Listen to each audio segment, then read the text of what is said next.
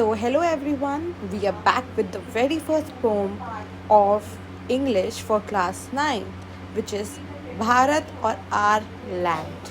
Bharat Our Land is a very patriotic poem which basically revolves around the deep love and pride for the India which the poet actually carries.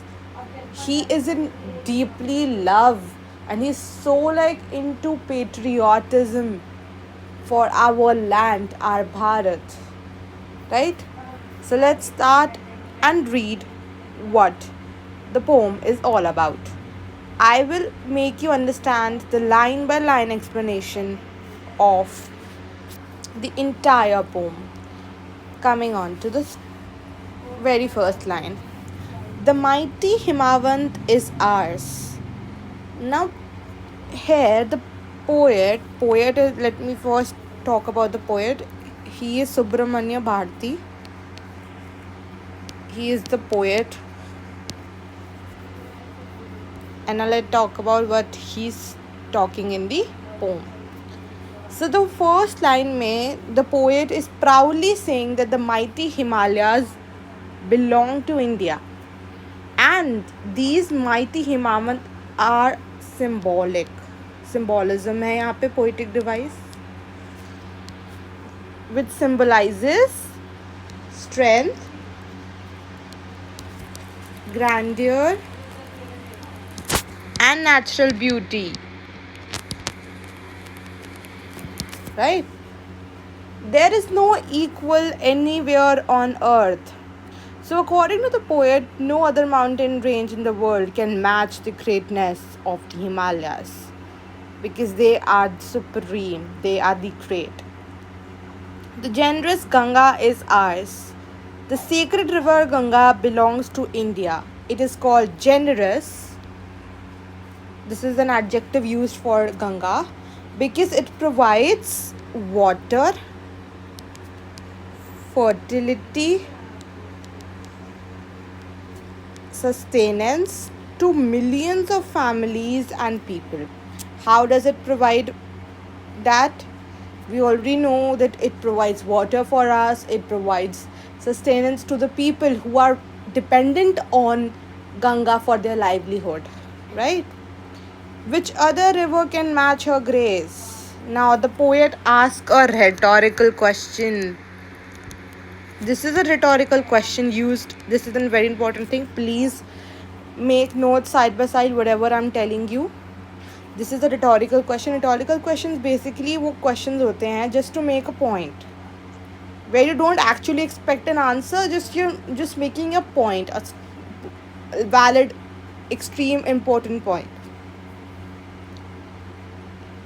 So poet basically says that no other river is as revered or beautiful and beneficial as much as Ganga is. The sacred Upanishads are ours. So India हमें पता है कि is the birthplace of Upanishads. Upanishads are basically the ancient philosophical texts जो कि ancient writers ने और authors ने ये text बनाया था which tells about Indian customs, traditions, basically Hindu culture, traditions and customs and what should be done and what should not be done, Vedas, Puranas and all and that, right? This all are a part of Upanishads. What scriptures else to name with them? The poet believes that few, if any, scriptures in the world can be compared with the wisdom and the significance of the Upanishads. So basically the poet feels that the Upanishads are supreme and most significant, right? And no other thing can be compared to that of Upanishads. This sunny golden land is ours. So India is described as a bright. हमें पता है ना, India is described as a bright, prosperous, beautiful land rich in natural and cultural wealth.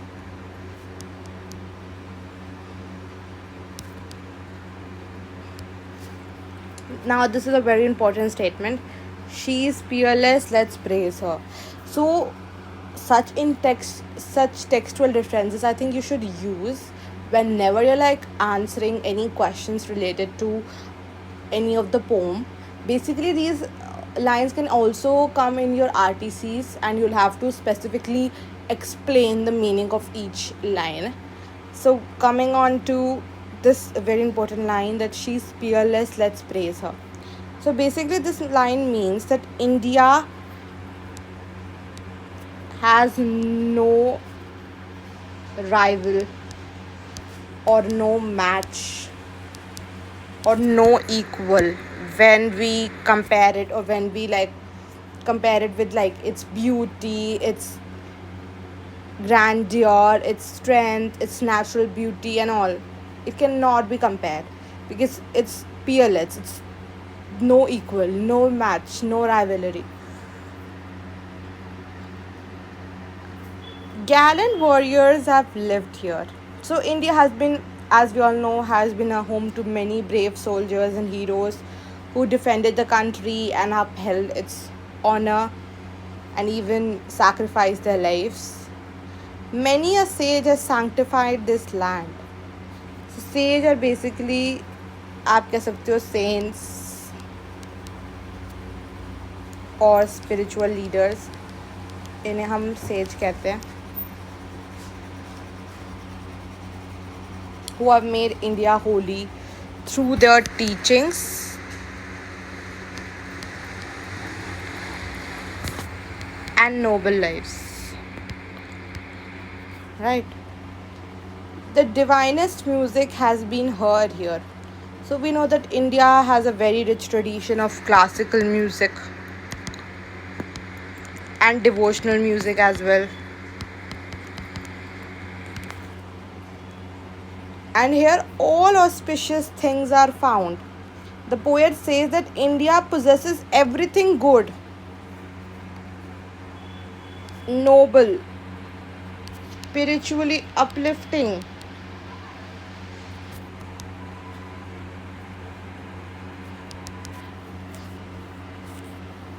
Coming on to the last 4 lines.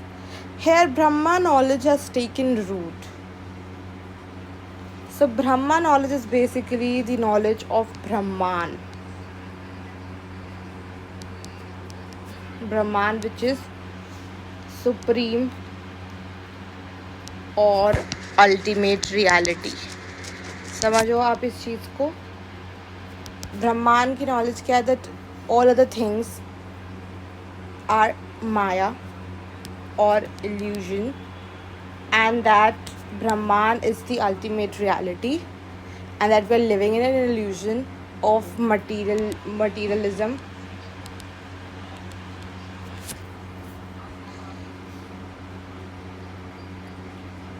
And the Buddha preached his Dhamma here. So we know that Gautam Buddha preached his Dhamma. Dhamma was the principles, basically moral principles of Buddha. He basically spread the message of truth, compassion, and path to enlightenment. Right? Of hoary antiquity is Bharat. समझो इस चीज़ को. The word hoary antiquity means great age and ancient heritage. So the poet emphasizes that India is one of the world's oldest civilizations with a very long and glorious history. Again, very important line is repeated. She is peerless, let's praise her. So the stanza ends by repeating that repetition आप बोलो, repetition of lines.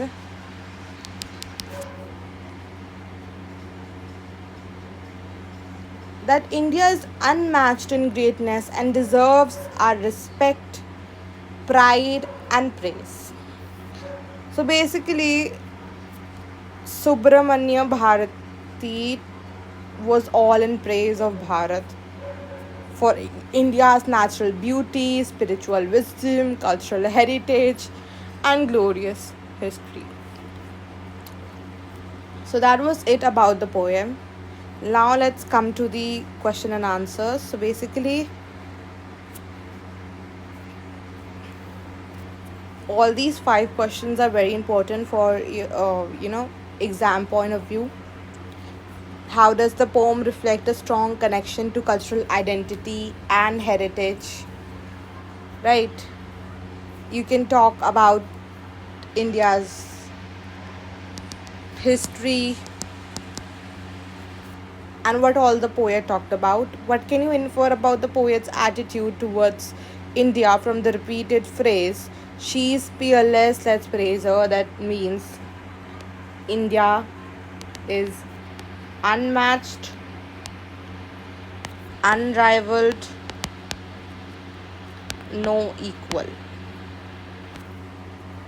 What does the line "Many a sage has sanctified this in this land" suggest about India's spiritual heritage?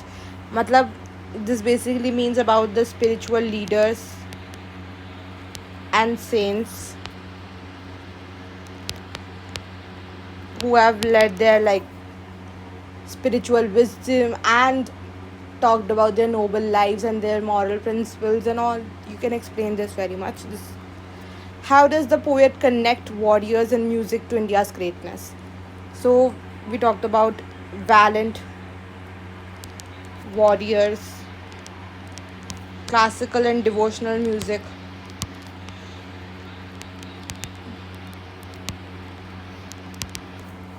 Now, how does this poem foster a sense of national pride? So, praise for India's natural beauty, a feeling of patriotism,